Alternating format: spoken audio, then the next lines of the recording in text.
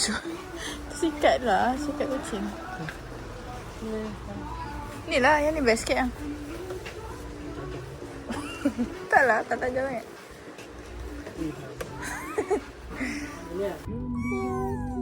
Ha? Dah lihat tak ni? Tengok Mama.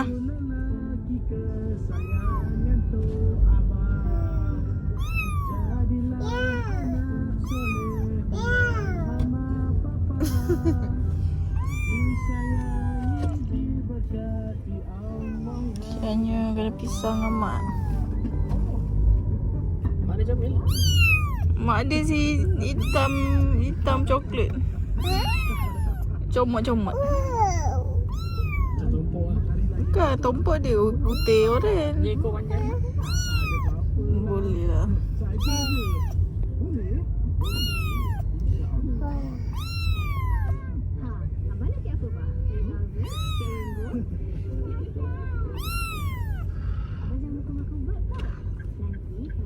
Sayang. Suka? Ella kena jaga tau lepas ni. Ni adik Dahlia dah.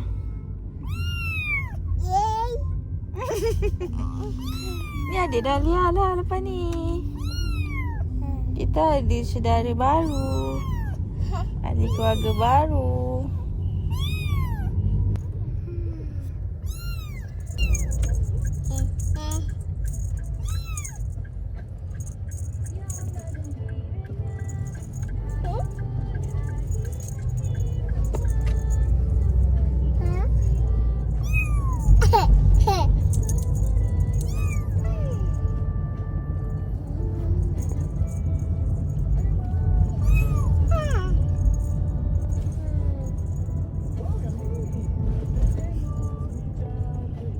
Apa nama kucing yang jahat dekat dalam cerita Tom and Jerry tu?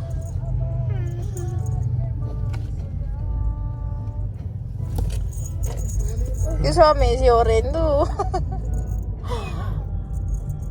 Tahu tak dia nak aku si Oren. Aku rasa betina lah yang ni. Tak tahu lagi, tak nampak lagi kan.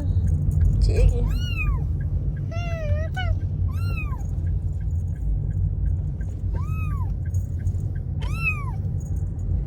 Ayah suka?